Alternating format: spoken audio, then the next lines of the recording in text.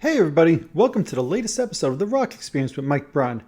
On this episode, we're going to take a look back at the classic Kiss Alive 3 album. We'll give you our thoughts and our different perspectives about this album over 2 decades later. I think you guys are going to really enjoy this, so let's jump in and let's get started.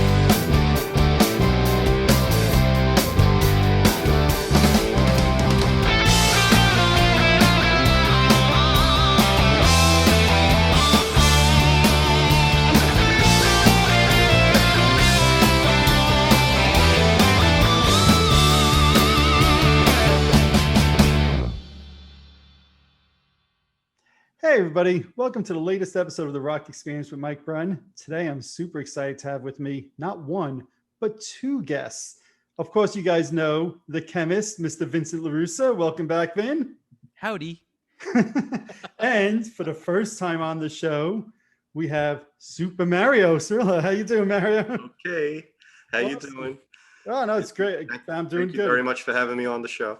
Yeah, it's exciting to have you on. And for those who watch the show, everybody knows I'm friends with Vin for 45 years, right? I'm getting it right. Finally, Vin, 45 years. Right. And they know a little bit of our history of when we became Kiss fans. But since it's the first time on the show for you, Mario, why don't you just kind of tell people when and how did you become a Kiss fan?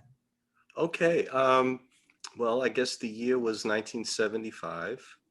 And I was definitely hooked on AM radio. But my sister's 3 years older than me, and she had her friends over, and I was happily listening to Elton John and anything that was really popular on the top 40 at that time. And one of her friends pulled me over and said, "Hey, you got to get into this band. They're the next big thing." So she told me about Kiss Alive, and I went to EJ Corvettes with my mom.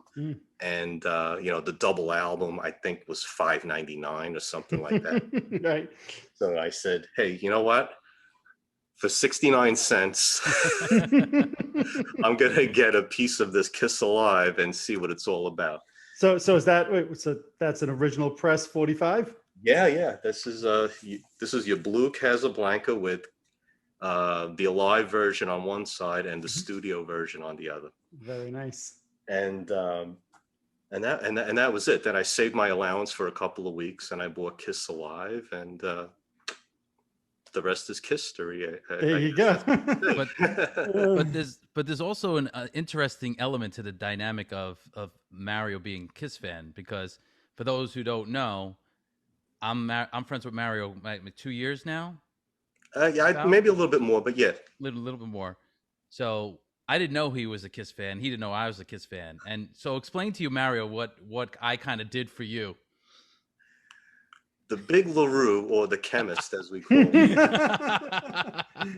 he brought me out of the shadows. I was hiding my Kiss fandom like a 12-year-old hides his first Playboy, because I was so tired of getting all this crap from the elitists that just don't like the band. And then I'm kind of soft pedaling with Vin. We were in a record store, of course, and and I think we were just looking at the first Kiss album, and I was like, "Oh yeah, that was a good record." And Vin exploded and said, "Oh, I love Kiss." And I was like, "Oh, okay, so that it's okay to say it's a safe place. It's a safe place." We're in a safe Exactly. So I found my safe place with Vin, and we've been talking about Kiss for years now, and it's been great. Right. Well, we wanted to talk about Kiss Alive 3, came out in 1993. But before we get into that, Mario, when was the first time you saw Kiss in concert? Oh, I have a souvenir from. Oh, look at that! See, that was good. Ooh, that's nice. 1977, I'm jealous now. Damn. Madison Square Garden. Well, I have a couple of years on you guys. So. Okay. Nice. Mm. And it was just an extraordinary rock and roll experience. Mhm. It was loud. It was exciting. It was the garden. The place was just electrified. They were just so welcoming of this band, Mhm. and Kiss didn't disappoint. I mean, it was just a flat out hard rock and roll show, and they were true to their fan base. We wanted the best, and we got the best. And they just the place was trembling. I was so excited, and it was That was great. December of 77, right? That was December. Mhm. They played 3 nights Yep. there in December, and it was great. I Right. mean, I got my $5 shirt in the parking lot outside. Those were the days. Right. And hey, the world's greatest arena, most famous arena. It was something else. Yeah, I wouldn't see them until the following tour, Dynasty. And I'm always jealous of people who saw them on Love Gone. Or that technically is the Alive 2 tour, right? But The Alive 2 tour. I'm so jealous seeing those costumes, those outfits, and that stage and concert must have been phenomenal. It was phenomenal. My heart was pounding. Mhm. I attended the same show that you're talking about. I was at the Garden for the Dynasty tour. Yep. And I was also at the Nassau Coliseum for the Dynasty tour. Awesome. And it was a contrast. Those were one show, New England opened for them at the Garden. Yep. And Judas Priest opened for them at the Coliseum. That was kind of the unraveling. Okay. Wow. Because Judas Priest just put on a phenomenal heavy metal show. Sure. And they were hungry, and Kiss, I don't want to say they were writing it in. I mean, we didn't have access to any internet. We didn't read any reviews or anything like that. Just comparing it to what I've seen in the past, it was kind of like, this might be it. Right. I mean, for the original 4. Well, I'm trying to remember. I think that Nassau Coliseum show was September, the first week of September of 79. So Right. at that point, the band's only 3 months away from playing their last show as the original 4. So I Right. could certainly understand. I was young when I saw them in 79. So I was just freaking excited as anything to be at a concert. It was my first concert. And, just hearing and seeing all of that, they could have literally played bad notes every song and I wouldn't have known or cared, But like you said, you're a few years older. So I'm sure as a teenager, you could probably see and feel that difference between Judas Priest and Kiss in 79. I'm not surprised to hear you say that. Yeah. And it was like a circus, because you had the 8 and 9-year-olds dressed up like the band, right? And the parents complaining the whole time, Yeah, absolutely. Now, did you stay a fan throughout the 80s? Well, I defended Dynasty and the tour, and then Unmasked. I couldn't defend it anymore. Well, if you think about it, my high school years were 77 to 81. Okay. And in 77, it was totally cool to be a Kiss fan. Sure.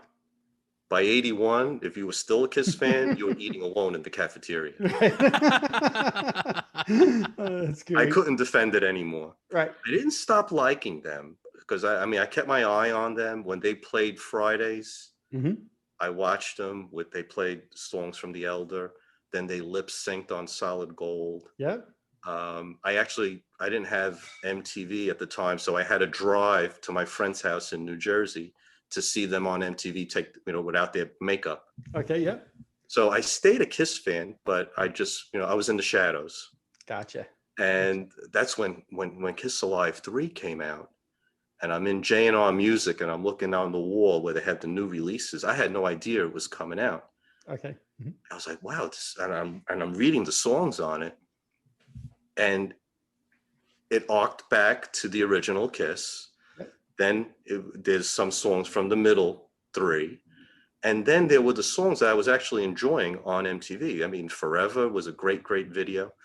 So I'm reading the song list, and it's like, wow, I mean, this is kind of like a welcome back. This is, to me, it was like, this is what you missed. Right. for all the fans that left, and I don't think I'm alone being in Mhm. high school and being tortured. So I think it was kind of a letter, to fans like me that was like, hey, we know we screwed up, but here we are again. And I don't want to say it's too early in the show, but I love Kiss Alive 3. There's nothing. So, but that's fascinating to hear you say it like that, right? Because now I'll think about me in the 80s, and Vin, maybe you have a similar memory. So chime in Mhm. here. I remember all through the 80s, there was always talk of when is Kiss going to do the next live album? When is Kiss Live 3 going to come out? Right. And I was always hoping that it would be with Eric Carr. And I stayed through Kiss all through the 80s. I was a teenager, bought the album every day on release day, right? Right. And I really had wished at that time that they did Kiss Live 3 during Hot in the Shade, because for me and for my money, I didn't want to hear Detroit Rock City. I didn't want to hear Watching You on Alive 3. I wanted to hear only the 80s stuff and kind of do it like they did with Alive and Alive 2, right? Right. Alive and Alive 2 was only songs from the albums just before.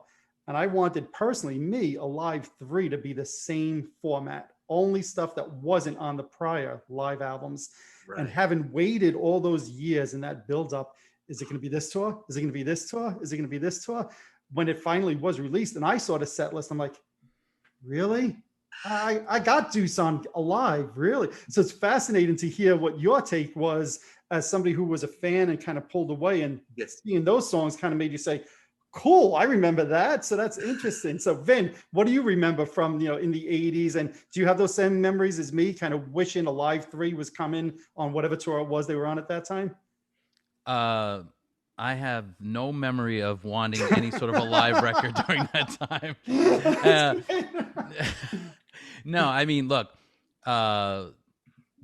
mid, the early to mid to late 80s, I was with the band all the way.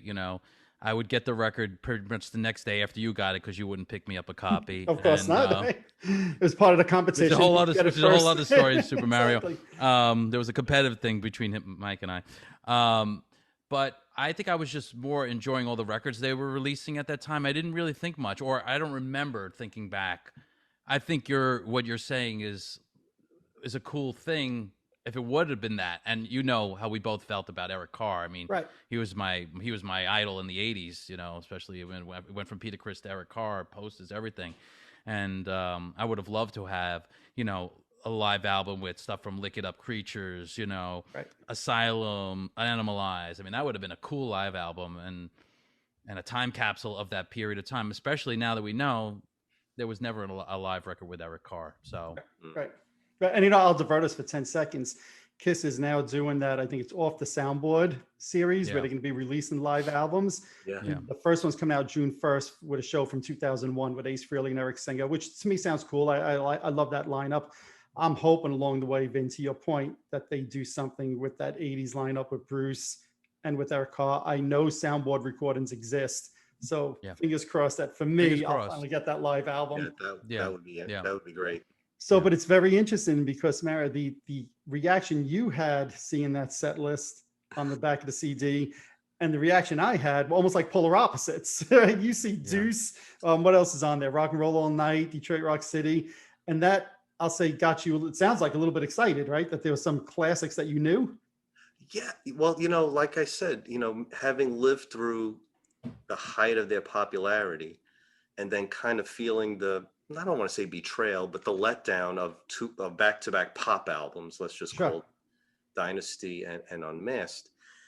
When I bought the CD and I opened it, well, first of all, I think the cover is kind of a nod to Kiss Alive 2. Agreed. 100% agree. Okay, then I go home and I open it up, and this picture right here reminded me of the insert that came with Kiss Alive. I never thought of that before. That's a great point. I never thought of that before. So to me personally, I mean, it was almost like speaking to me, like, hey, and inside here in the packaging is the Kiss family tree. Yep. So I don't think they would have put it in there if there wasn't for schmucks like me that left the Kiss Army. Yeah. And went AWOL all these years. And to me, it was saying, hey, this is where we are now. We know we disappointed you, Mhm. but we're back. This is the lineup. These are the songs, and we hope you give us another chance. And like I said, when I saw it there, I said it was a no-brainer. I said I saw the songs, and I said I have to hear this, and I have to hear it loud. Right, right. So now let me ask you, Matt, did you and Vin, I don't remember, did you come with me to any of the Revenge tour shows? Did you see them in concert on that tour? Asking Mario first. Either one, whoever No, wants to go I first. didn't see them. So you didn't see him on that tour. I did. I did see it with you. Which shows did you come to with me? I don't remember. You know I'm terrible with dates. Look in your spreadsheet. All right, so it was 29 years ago today, the day that we're recording this, that I was at the Lemoore show. Wow. Were you there for that? That's the club special. show at Lemoore's? That's special. I've been to Lemoore's, but I didn't see that Wait show. a second. Which was so before I can't do Revenge, my math that quickly. 25 years is what? 29 years ago. Right? So I could which get year? it right. I could get it right how many years it's been since I've seen a Kiss concert, but not I can never get it right how many years we're friends. But it's 29 years ago that it was tonight that they were playing Lemoore's before Revenge came out. Right. And it was Eric Singer's first shows. They did a couple of club shows. I saw them, it was 29 years ago yesterday at the Ritz. I don't remember seeing them at Lemoore's Yeah, with you. I don't remember you being there. I went to the Paul Stanley show with you, but that one we went to the Ritz show. But the Ritz show was 88. 88. August of 88. Right. So so you didn't, I might have gone by myself to those shows. Yeah. Because like Mario was kind of alluding to, besides you, I didn't really have any other friends who were Kiss fans during that time period. So I might have gone solo, but then you must have come with me to either the Meadowlands or the Nassau Coliseum show that took place in October of that year. Yeah. What I remember about this time, because this obviously came out after Revenge. Yep. I remember in the early 90s, we started going to the Kiss conventions together and experiencing that. That was like the coolest thing. Like as a Kiss fan, like seeing all the stolen memorabilia, as we turned to find out, some of it was like taken whatever, but anyways, and all the vendors, and obviously we were big collectors and we could see all kinds of cool stuff. I don't know if you remember, we were at one of the conventions and Revenge wasn't out yet. Yes. And they were playing Every Time I Look at You. Okay. Somebody had it, and I was like, what is this song, And it was so cool, because we were hearing something for the first time before the record was out. So I was definitely like really tuned in even at that point with Kiss. And when Revenge came out, I remember getting it as soon as it came out. And same with the Live 3. As soon as the Live 3 came out, and on the heels of seeing them on the tour, I wanted to get the record. But when I heard the record, well, that was something different in my opinion from, So let's talk about that, right? So you enjoyed the live concert, because I think on the Revenge tour they sounded amazing, right? Yeah. But you felt the album didn't necessarily portray what you saw in concert. Well, in my if you want me to give you like my 1 minute review of like my observations or listening, one of the things that struck me when I first listened to it, there was something about, and you know me, I'm Mr. Sound Man, I'm very critical. There was something that I felt was lacking as opposed to Alive and Alive 2, and this is even before there was all this compression and Pro Tools. And it was interesting because when I just listened to it again recently for the show, I like to freshen up, I still kind of felt the same way. I think it sounds really good, but it doesn't have that special thing that, and I even had to verify because I'm like, Eddie Kramer did produce this. Yes, he did. And I looked, and that's the thing I think that was surprised me at the time. And it could just been the, at the time of the way they were doing recordings and stuff like that, even though we weren't quite yet in the digital age. I think in some ways, they try to make things sound bigger and bigger or whatever. And you could hear when they're piping in the crowd and they make things louder. And that's, all records do that. As a matter of fact, if you listen really closely, like with my ears, listen really closely. When you hear that synthesizer, you could hear a whistle loop.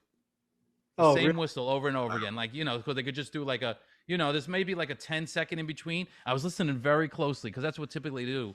Like supposedly Live, they used the crowd from Jimi Hendrix. Eddie Kramer used for one of his live things, and they just put on a loop time, but not digital, which is really cool. But so that was one of the things I noticed. However, one of the things I really enjoyed about the record and re-listening to it, because I was like, is this the tour where Eric Singer was playing everything like 1,000 beats per minute, but the tempos were really good on the record. I felt Agreed. like all throughout, it was like Agreed. they were really well played. The songs. There's some things here and there that always bothered me about sometimes when they would play live, and I understood it. Like, for instance, Unholy. Gene sings "Unholy." I am the deal. Then he goes to the low voice. Like Right. on the record, he's doing that really high. It just always sounded weird. And I know probably for his own voice to sing all the way up there after like 2 nights, he'd probably be shot. But Right. I always felt like Unholy never translated like the original record. That chorus just sounds so awesome. I'm going to pause you there for a moment. So I 1,000% agree. That song to me is never translated well live. But like you guys, I went back and listened to a live 3 just to kind of refresh my memory. And I was like, this version, in terms of a live version, might be one of my favorites of Unholy because I agree. It never translated well live. They brought it back even in 2003 and it just didn't sound right then either. Yeah. But on a live 3, talking strictly live versions, not comparing it to the studio, I was like, this is the closest it's come to sounding good in a live setting. And we know it's not 100% live, put that to the side. In terms of being a live recording, I thought that was the best one. So it's interesting that you brought that up, actually, Vin. Yeah. So go ahead. And it was just really interesting, like hearing Rock and Roll All Night, like in the middle of the record, and it was like, I forgot about that. Right. Like, how many tours did they do that? That was the only tour. That was the only tour. So, and that's one of the things I wanted to ask Mario about. So I remember on the Revenge tour, I loved the set list. I even loved that Rock and Roll All Night was in the middle-ish part of the set list. It was something different. Haven't seen Kiss 1,000 times. It was unexpected. We didn't have, like you said before, Vin, we didn't have the internet. I didn't know that was going to be played in the middle of the show. And all of a sudden they go from Lick It Up to Rock and Roll All Night. And, Paul Stanley's like, the show is not over, blah, blah, blah. He's giving that whole speech. I was like, oh, this is kind of an interesting twist. I didn't expect that. What was your thoughts, Mario, putting on the CD, having not seen Kiss in concert on that tour, and there's Rock and Roll All Night in the middle of the show? Any change of the set list for Kiss, I think, is a good thing to keep it a little bit, on your toes and things like that. Obviously, it had to be included on the CD, even though we already had a live version of Rock and Roll All Night.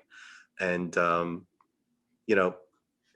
it's not like parsley next to a steak, whether it's there or not, you don't care. It's their signature song, and they have to play it. But, if they didn't put it on here and they maybe, one of the overlooked albums had a song on here, maybe that would have made it a little bit different.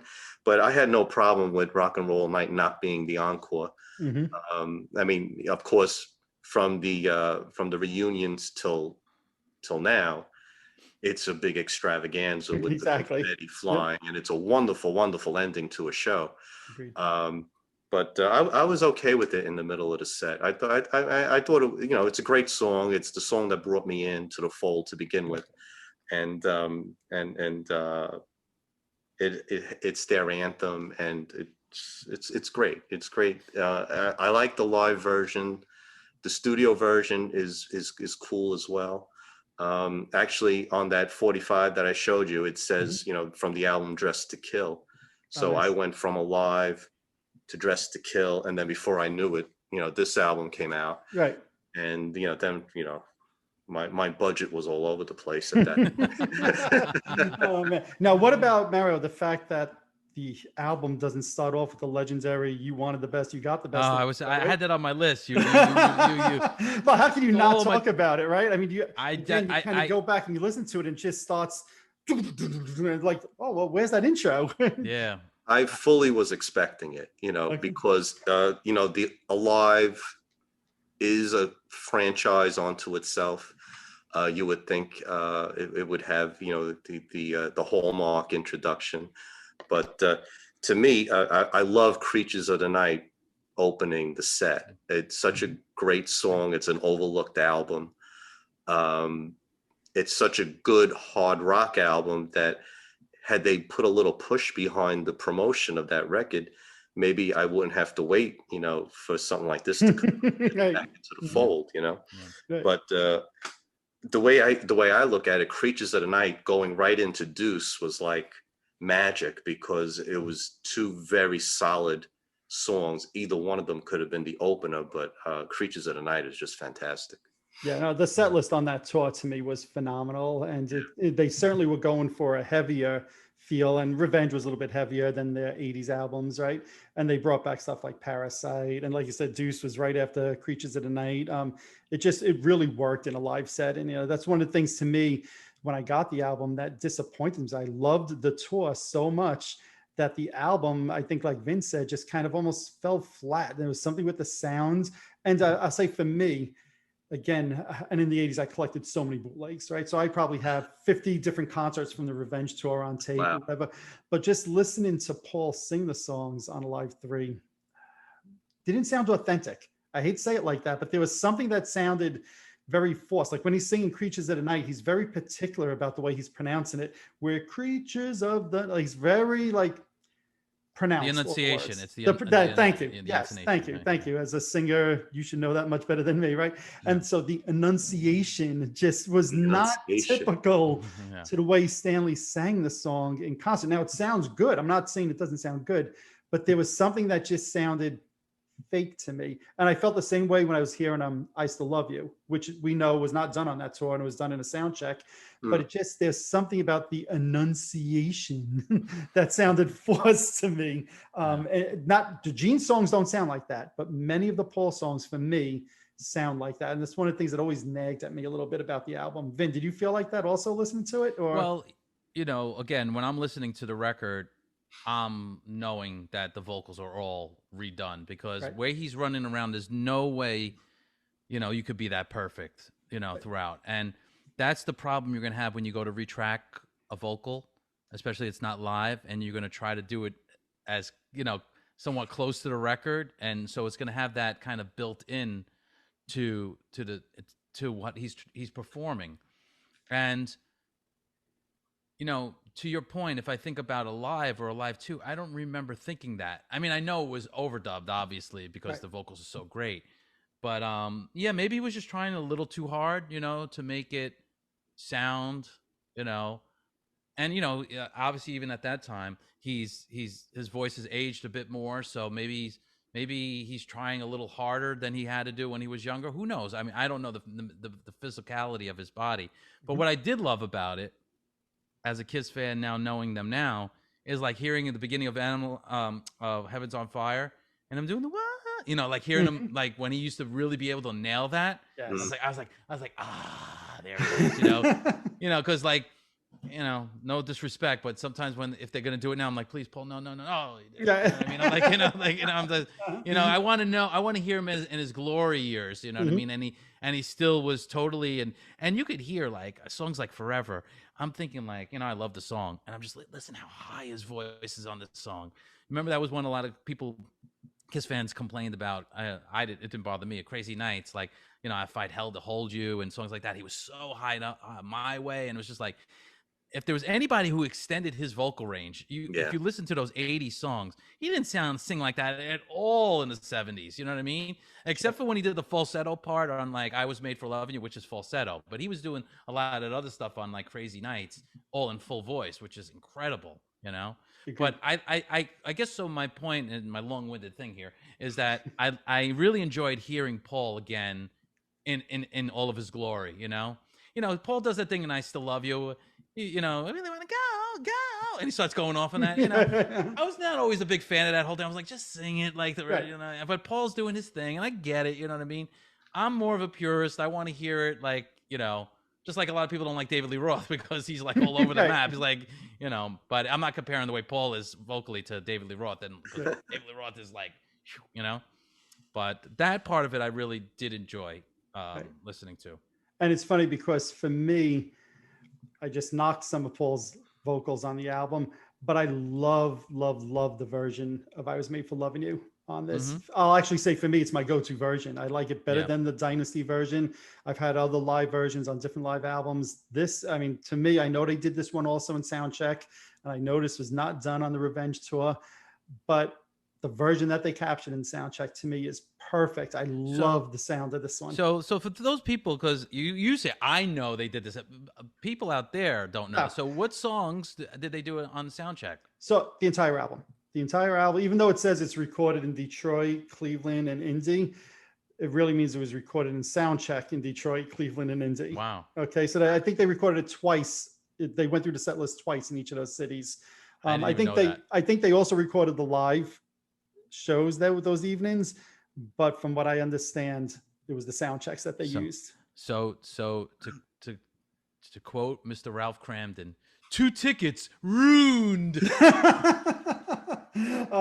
But I will say, to really answer that, I think the question you were going after over here, I Still Love You and I Was Made for Loving You was never performed on the Revenge tour at all. Wow. Not for one night. No different than, Mario, you'll probably remember this, having been a fan back in the 70s, on Kiss Alive 2, Tomorrow and Tonight, and what's the other one? That's Hard Luck Woman. Hard Luck Woman, thank you. I was like, not Hooligan, Hard Luck Woman. Yeah. It's Hard Luck Woman were also not performed on the Love Gun tour, but they did in Soundcheck. So it was like history repeating itself again, where there had to be 2 extra songs put on a live album that they weren't doing on that tour. Look at that. Wow. Look at poor Mario. He's crushed. I'm sorry, Mario. But, look, this started because I said I happen to love the version of I Was Made for Loving You. Right. So even though it was in a sound check, it translates on the album to me really well. And let's be fair too. It's still a live performance. They still played it, even if there was nobody in the crowd, they still played it live. It wasn't in a studio recording where he did the drum track, he did the bass track and whatever. It still is a live recording with some overdubs. Absolutely. Yeah. So Mario, you get that album home, 1993. You haven't seen them in concert, in a while. You put it on. You think it's live. You think it's live. And you it's thought actually Memorex. I didn't know the troublemaker back then. The troublemaker. The chemist and the troublemaker. So you get home and you're listening to it. And what are you feeling listening to the sound? I know you said when you saw the set list, you're like, hey, this is their apology to us. Did it live up to that expectation the first time you heard it? Oh, absolutely. And what I didn't do, I didn't compare, let's just say, Watching You from this album to Kiss Alive. I wanted to steer clear of that because, a live performance, in 75 is going to be different from a live performance now. Very true. But I loved Watching You because I think, there's this whole thing on Facebook of it's either the original 4 or people don't listen to it. But I gotta say, the songs that are done on this album that were originally done by the original 4 sound fantastic to me. These are good musicians and they played fabulous. I thought it was really, really good. So I didn't want to compare, but I think it's good just as it is with this 4 as opposed to the original 4. So Watching You into Domino, and I've chewed Vin's ear off about this for a long, long time. I love Domino. I think the bass line is phenomenal. It's a fun song. Gene sings it. It's all tongue in cheek. I absolutely love it. And the live version is fantastic, in my opinion. I always liked Watching You dovetailing into Domino. It was just like a real nice 1-2 punch, Right. Which is interesting because, again, I hate to be the one to bear of bad news, but and I'm going to try to do this. And Vin, you have another computer near you, so you could fact check me. I think on the tour it went Watching You into Hotter Than Hell into Firehouse is the way they perform those. And when I listen to a live 3, I hear a cut, which to me always irritated me. It's like, and look, they left those other 2 songs off, so I get it, right? They did what they had to do. Right. But for me, it was just like, oh no, it's cut there. Oh no, bring back those other 2 songs, So which leads me to ask you. I know it's your show, but I'm going to ask you. Go right ahead. So, since you are the fact master, the bootleg purveyor, and everything else. Time out. I do get facts wrong, okay? Because somewhere along the way I'm going to say something wrong, and somebody's going to be, that jerk Mike said this, and it's wrong. We'll say 95.5. Your batting average is very, very good. Okay, I'll take that. I'll take that one. So when Alive 3 came out, now you saw them on the tour. Were you like, wait a second, this is not because you were like always write down the set list. If you had your bootleg tape, Yes. were you like, hey, what's going on here? Yeah, so like I right instantly off. knew. I instantly knew that there were songs missing, Mhm. and I had two trains of thought on that. And Mary, I'd love to get your thoughts on this as well. Again, being a fan from back then, Alive and Alive 2, double albums, gatefolds. Now I know by '93 CDs were a thing and it wasn't albums, Right. but for me, when I picked up Alive 3, I felt cheated. I was like, where is the pack? Like, I liked the tree. I thought that was cool. Yeah. And I never made that connection of that picture, Mario. And now I'm never going to look at that picture without making that connection. So thank you for that. Okay. So I might have ruined some of the songs by telling you this in sound check, but you made that picture a lot better for me. So thank you. Look what I gave you. but I felt something was missing. I was like, I had two trains of thought. Number one, I wish it was the full show and I wish it was a double CD. And then number two was, well, if they're going to make it only one CD, then don't give me the repeat songs. Give me only the new songs. And I was stunned when I looked at the back and I didn't see, especially War Machine, which they played on that tour. Oh, right. It's a Gene song. There's not many Gene songs from the 80s.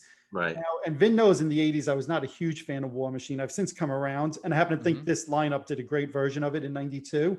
But I was like, Gene only had two songs, or three really, during the 80s. I Love It Loud, Fits Like a Glove, which they didn't do on the tour, and War Machine. How do you leave War Machine? And in my mind, and it's fascinating that you kept focusing on Watching You, because I was like, how do you put Watching You on this and not War Machine? That was always my thought. So it's so fascinating hearing you zero in and how much you love that it was on there, because I was the exact opposite. Like, all right, if there's one song that could go, Watching You can go, because that's not a classic. I know it's, classic in terms of from '74, but I was like, that didn't need to be on here. How do you leave off War Machine? Where's Tears Are Falling? How could you not have Tears Are Falling on this CD? That's a good point. That's a good point. Yeah. And then they weren't doing it on the tour, but how could you not have Crazy Nights on this? Again, like I said before, Fits Like a Glove. How do you not have Fits Like a Glove? Hide Your Heart. Again, they weren't doing it on this tour, but those staples, how are they not here? And then I realized, well, because then it wouldn't be Kiss Alive 3, it'd be Paul Stanley Alive 3. They're all Paul Stanley songs. Right. And I honestly think that that's one of the reasons that they put some of those classic songs on there.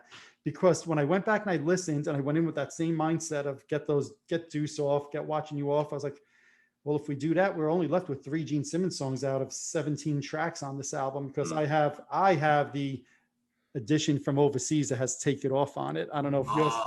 Okay. So, I was like, you're only going to be left with 3 Gene Simmons songs if you take those old ones off, right? So I think that probably more than anything is why they put some of those older songs on there. And they're never going to admit that, but Gene had no material from the 80s. But I'm dumbfounded, Vin. I know you were asking me, how do you not put War Machine on here? One of Gene's signature songs from the 80s. I scratch my head. I don't know. Yeah. This is turning into a generational thing. And Mario, the funny thing is, and Vin knows this, I hated War Machine all through the 80s. When they did it in concert, I was like, God damn, with the War Machine, can we bring back Dr. Love? Can we bring back, and I'd fill in the blank with any of those classic 70s Gene songs. Right. But then when I got the album, I felt the exact opposite way. Like, get rid of those classic Gene songs. Where's War Machine? So I'm a walking contradiction, I guess. Oh, man. And that's why we have bootlegs, right? Absolutely. Right. But I would love to see this get a deluxe edition version and put out the full show. It should. I think that would be really cool, actually. Yeah, absolutely. Yeah. One of the other things that always nagged at me, and I don't know if any of you guys picked this up, what is it, during I Just Wanna. Paul, the song breaks down towards the end, and Paul's like, there's a magic word in this song, and that word is, and he throws out the F-bomb. Fine. And when he throws out the F-bomb, you hear somebody go, whoops. And I was like, did you guys pick that up? I didn't notice that. Yeah, go back and listen. I mean, unless there's some kind of defect on my CD for the last 25 years or whatever. Or in your ears. Or in my, no, it's there. And he goes, the magic word is, and then he's like, whoops. I'm like, what is that? It always annoyed me. So you'll have to let me know. Both of you have to go back and listen to it and let me know if it's only on my copy. It can't be. Can't be, but or just in your head. No, it's not in my head. I can tell you, it's definitely not in my head. I'd probably rate that one of the least favorite of mine on the album. I wasn't a fan of it in the studio. Okay. I get that they were trying to be a little bit more dangerous and maybe get the kids out of the arena, so they're dropping the F-bomb, Right. Yep. but I just wasn't a fan of that. So I love the record, obviously, but I was never a big fan of that particular song. So when you put the album, go ahead, Vin. You go No, first. I was gonna say, and this may be a topic for another discussion. I'm not. I think over my years, my feeling about Revenge has changed pretty dramatically. I don't know if I think that this record has aged as well as I originally thought it was. And when I heard the live versions of the songs, I always thought Unholy was obviously the standout track on the record. And this version, as I said earlier, never quite met that. It's such a high bar. But in hearing some of the other ones, I was just like, it didn't move me as much as some of the other material on the record still. Right. So, Right. I can understand that. I think some of those songs didn't translate live as well as they are on Revenge. Also, I happen to still like Revenge. I think it's a bit overrated. yeah. But I don't know that they translated well live, in my opinion, those songs. But Mary, I'm curious.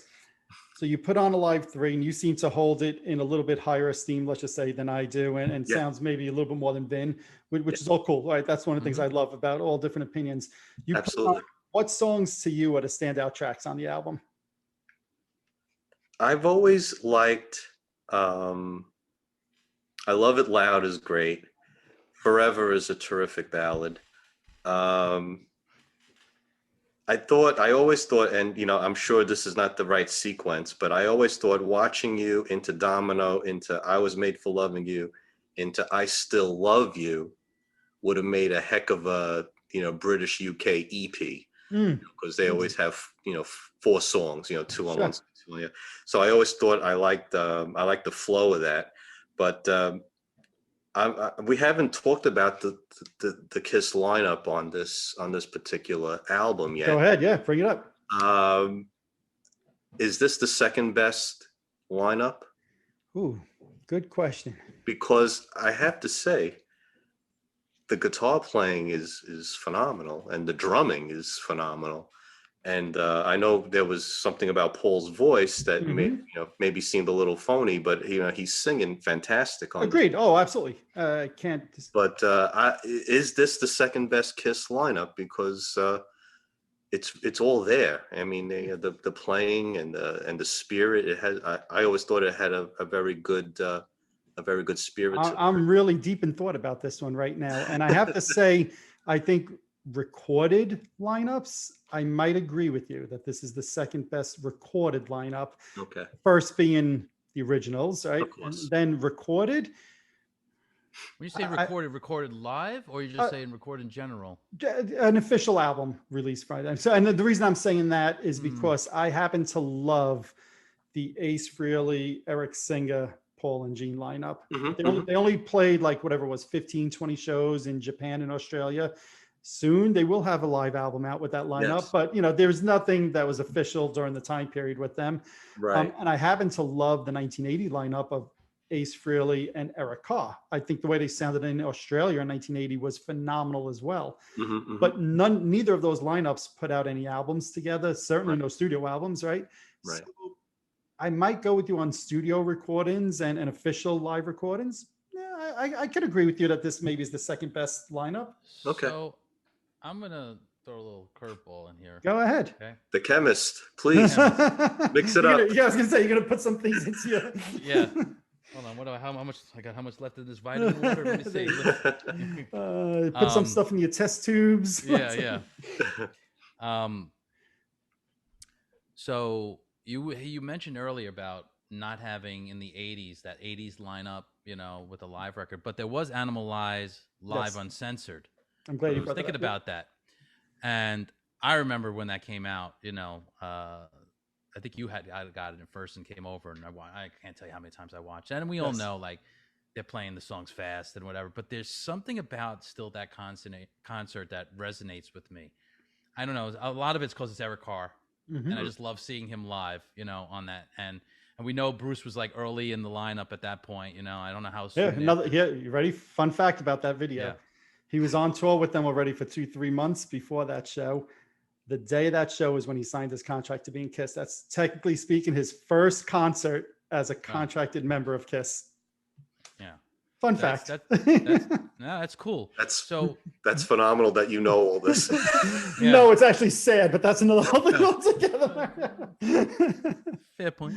But I'm thinking about, like, if Animalized Live Uncensored was a live record, like how that would compare to Live 3. That's what I was thinking when you guys were talking about, you know, a live record and, you know, the songs, because you got Fits Like a Glove on that. You have Creatures of the Night. You have, you know, and obviously it was only Under the Gun.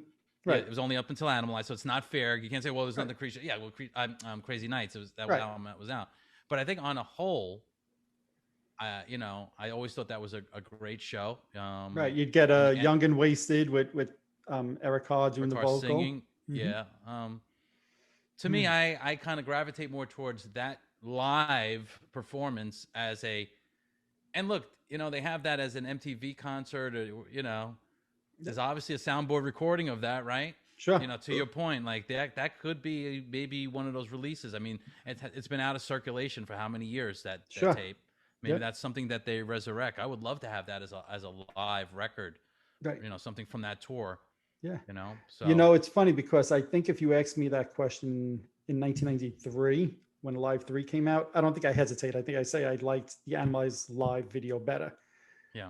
Now, it's a little bit of a toss-up for me because, like you said, the tempos on those songs are a little rough for me to listen to. Cold Gin it's I mean, it's like 10,000 miles an hour they're playing that, you know. Well, first of all, you think the song is boring, and it should be a little bit less boring for you because they're actually speeding it up. Yes, it should become a toe tapper for you. So you're contradicting yourself. Yeah. What did I say before? I'm a walking contradiction. Okay, I know that. I got to call you out on it. You know? I don't disagree with you, but I don't like the song. It's so slow, and I don't like it because on Animalized it's too fast. Well, what do you want? Medium? We want a medium rare. What do you want? Well done. With a little parsley on the side. With Mario's parsley. Yeah. Mario's parsley. Oh man, actually, I don't want parsley on the side, but that's there you go. Did you ever send back a steak because the parsley was missing? Of course not. No, of course. If it was missing that barbecue sauce or whatever's A1, he'd be upset. That's different. I might have to try that next week if I go out to dinner. I'm going to order a steak, and Mario, if there's no parsley, I'm sending it back just for you. I told you parsley. Where's the damn parsley on the steak? I want that parsley. Oh man! Send me a private message. I got to know about that. That's right. I'll take a picture of it. I'll send it to you. Steak, no parsley. There you go. But yeah, I think Vin, now I'll call it a toss-up, but perhaps I would enjoy today a Live 3 more than Animalized Live. When was the last time you watched it? 3 years ago. Okay. 2-3 years ago. Yeah, I did watch it. So did that ever make it to DVD, or it's just strictly a VHS? It's basically saw it in a used store one time. Yeah. I think somewhere in Brazil they put it out as a DVD with the magazine, but I think it's a more so a bootleg than. Yeah. Kiss never released it officially. You could find it as a DVD copy that somebody's transferred over. You know? Gotcha. But Vin, how about this question? Go ahead, Vin. You first. That wasn't a Laservision Laserdisc. They didn't do that for that, right? I know they did it for Phantom of the Park, which if you find that, it's like, forget it. You know, you got to sell I would think they would have. I mean, it would make sense that they did, right? Yeah. Because it's all around that time period. But I don't know. But here, I'll ask you this question, Vin, and then I want to hear Mario. If he, so Mario, you came back in with Kiss Live 3. So Vin, you compared Analyze Live Uncensored to a Live 3. But what if we stay with the same lineup and we go a Live 3 to MTV Unplugged? Well, right now it's the same lineup, 2 years apart only. Yeah, look, I mean, we're not talking about the Unplugged record, and technically it's a live record, and I can tell you right off the bat, I like that record better than the Live 3 without any hesitation. And to your point earlier, and I was thinking about this when you said Gene's doing, you know, I'll See You Tonight, what did he do? Plasticaster? Going Blind. Plasticaster, Going Blind. I mean, all of a sudden, like, where did Gene's songs come from that they never did, right? Oh, Gene has good songs? You know what I mean? It's like, I remember thinking at the time, like, where we knew those songs, but like all of a sudden the light went off and said, hey, Gene, you do have some good songs. Maybe not so much from the 80s, but from the 70s, because a lot of those songs, all those songs are from the 70s. Yeah. Right. So, Yeah. But to Mario's question to me before, which is why I'm posing it, is this the second best lineup? For me, and I know we're talking about a live 3 on this episode, but for me, MTV Unplugged is neck and neck. And I know Kiss fans are going to crucify me, neck and neck with Kiss Alive. That's how much I love that album. And that's how much I think those guys, Bruce and Eric, brought to those songs. I mean, that live album is phenomenal. I could listen to that, and I do listen to that on a regular basis. It's truly live. And it's truly live. It's truly live. And I know it's obviously acoustic and scaled back, but just a phenomenal lineup, phenomenal versions of those songs. That is an incredible album. So as much as I'll say I find Alive 3 average or below average, they totally redeem themselves with MTV Unplugged. It's really hard. And one of the things I when I was listening to Alive 3 that I took note of was, I think I'm always going to favor Eric Carr over Eric Singer. And I love Eric Singer. It's just because growing up, again, he was one of my heroes. And just for all accounts, he was just such a great guy. And Eric Singer's a great guy, too. So, I mean, okay, they're both great guys. They're both named Eric. They're both great drummers. What else am I going to say? They're both about the same height. One guy's blonde hair, one guy's dark hair, whatever. But my point is... But one's born in Brooklyn. There you go. True. That's true. And again... As the three of us, we were all born in Brooklyn. We have a something has to be said about that, right? Like when I'm hearing Eric Singer play like "Creature of the Night" and some of the stuff like Eric Carr's drum parts, it took me back again on how great some of those drum parts were that Eric wrote. Mm-hmm. So as good as the lineup is, remember from creation of song, Eric Singer had only been on one album. Whereas some of the material that he was playing was from, obviously Peter Criss and Eric Carr. So that's why when you're asking me my opinion, I probably would go with the, Bruce, Eric Carr, Paul Stanley, Gene Simmons lineup. Okay. And I could tell you, and to me, I take it like this. Going back to the beginning of this conversation, Mario said he picked up Alive 3 and he felt that connection to certain songs instantly like that, because that's when he became a fan. Well, even though you and I have been new Kiss in the 70s, and I saw them in concert in 79, as a teenager, it was those 80s years, right? And that's what we grew up with. And that's where our excitement came in as Kiss fans, was really on those non-makeup albums. And who was the drummer? Eric Carr. So the same way Mario picked up the album and said, oh, cool, Deuce, watching you, rock and roll all night. And he got excited. You get excited if you pick up an album and say, oh, cool, Eric Carr. That's not a knock on Eric Singer. It's just that's what you grew up with. Yeah, absolutely. Makes sense. I think this is what we're touching on here is the longevity of this band. It's like a buffet. You could just pick and choose. Oh, it sounds like a Paul Stanley quote almost. Yeah, it's exposed. Yeah. Any era has its magic moments, and depending on your age, and it's always good to, you start it and you stop with pop culture and music with your 4 high school years, because that's where the real, nuts and bolts of your life kind of take place. And you just remember it more, I remember really being a Kiss fan in 77 and everybody agreeing with me. And by the time 81 rolled around, no one would agree with me, Mm-hmm. So your 4 years in high school, try to gauge your Kiss fanaticism based on those 4 years, and you're going to come up with the records that you grew up with. And that's just the way it was. One of the things I just thought about was, how many bands can you say, if any, you have 4 iconic original members, right? And then they start getting replaced for whatever the reasons are. You bring Eric Carr in, beloved by fans. You have your Vinnie Vincent. We know Vinnie Vincent has his legion of fans, right? Yep.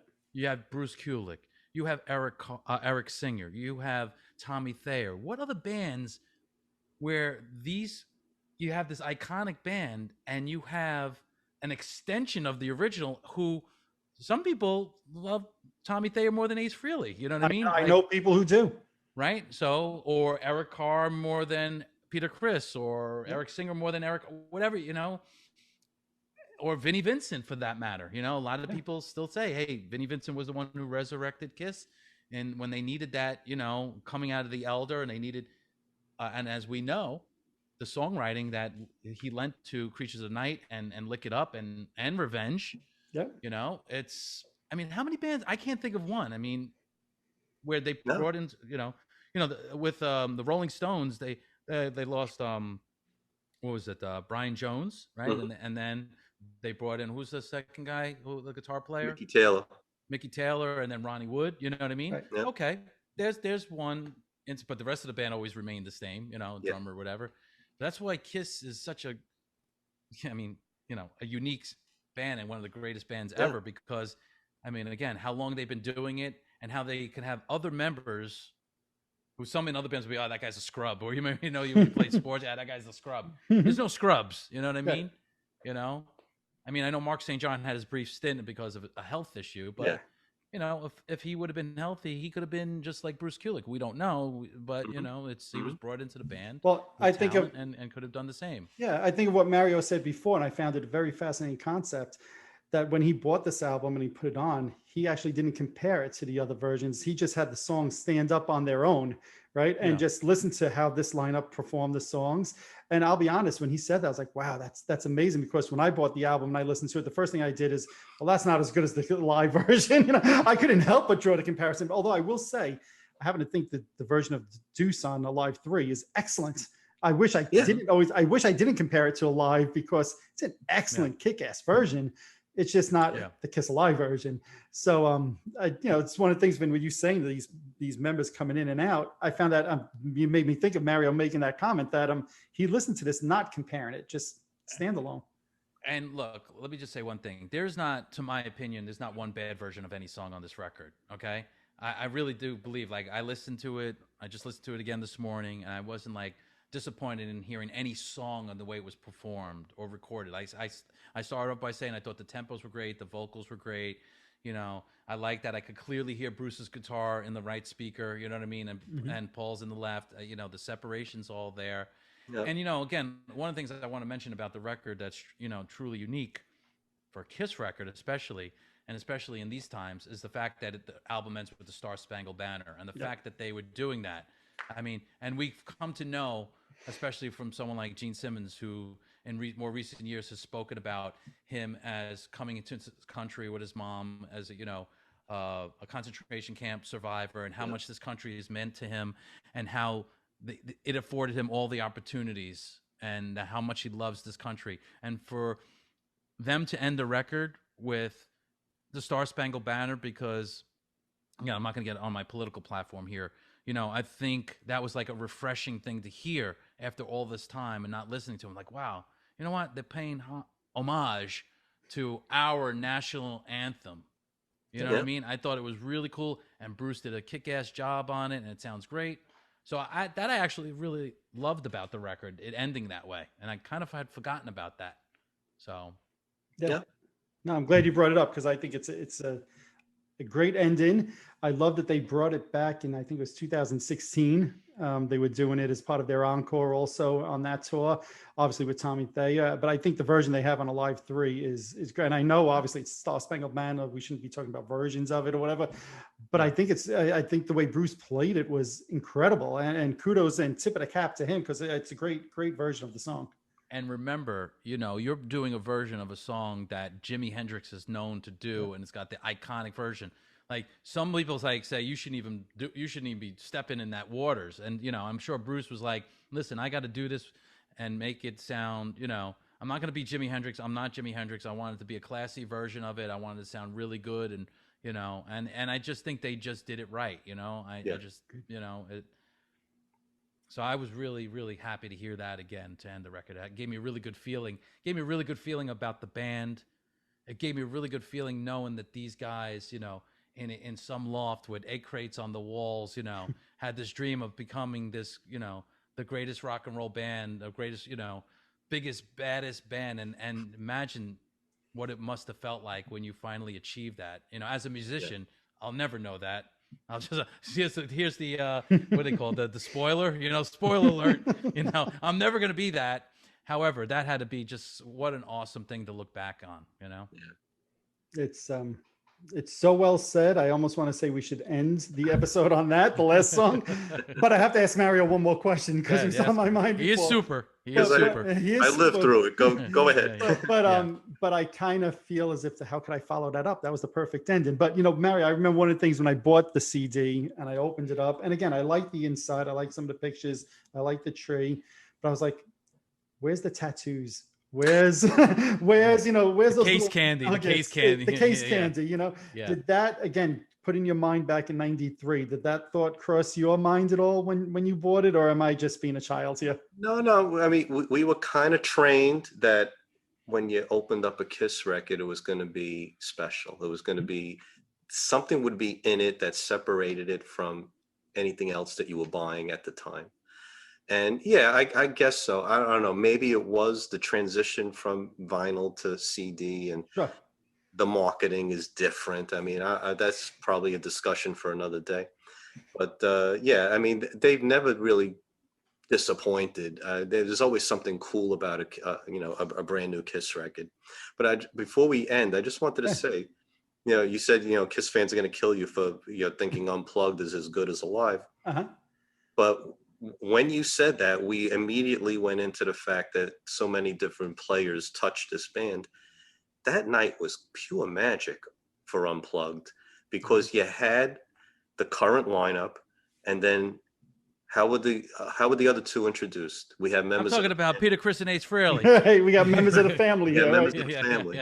Yeah. So if there is a final show, and we all hope that this ends on a good note, and some of the originals are invited back to play a song or two, I think that would be a great way to go out. But yeah, I love Unplugged. It was a phenomenal show. It led to the reunion, which we all agreed was fantastic. So yeah, I mean, Unplugged is special. Yeah, agreed. So Mario, rank them: Kiss Alive 1, Kiss Alive 2, Kiss Alive 3. How do you rank them? Well, I go back to I'm something. putting them on the spot here. No, something McCartney said in the 80s. He had just released a record, and he said he wishes that it would just be reviewed for what's on the album. He hated when he would read a review and it would be, it's not as good as Band on the Run. And he says, don't you think I don't know that? That's great. If I wanted to make Band on the Run 2, I would make Band on the Run 2. Right. But so to just rate it, I love the album. It's great. But if we're gonna compare, 1 will always be 1, 2 will always be 2, 3 will always be 3. I can live with that. I mean, there are some, maybe people like 2 more than 1, depending on the age, depending on the whole high school thing that I was talking about. Yeah. But it's for me, when I bought that double live album and I opened it up, and there were the personal notes from the band members, and the first thing I did was try to autograph the way they were. Yeah. My three subject spiral pad was just Gene Simmons, Ace Frehley. That's great. So so there is something about that first time that's always going to be special.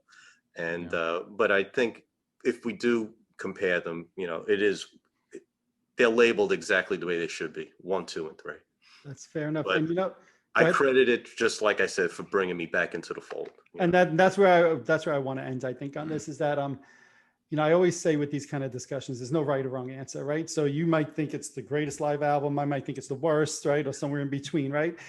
But you've opened my mind to one thing that I never thought of before this conversation, and that is the lost Kiss fan picking this album up in 1993 and seeing some of those classic songs that they knew, and maybe coming back in the fold and learning about some of these other songs, whether it's Creatures of the Night or Heaven's on Fire. And it sounds like you knew some of those, certainly, but maybe you didn't know what Take It Off or Forever, or whatever it is. Right.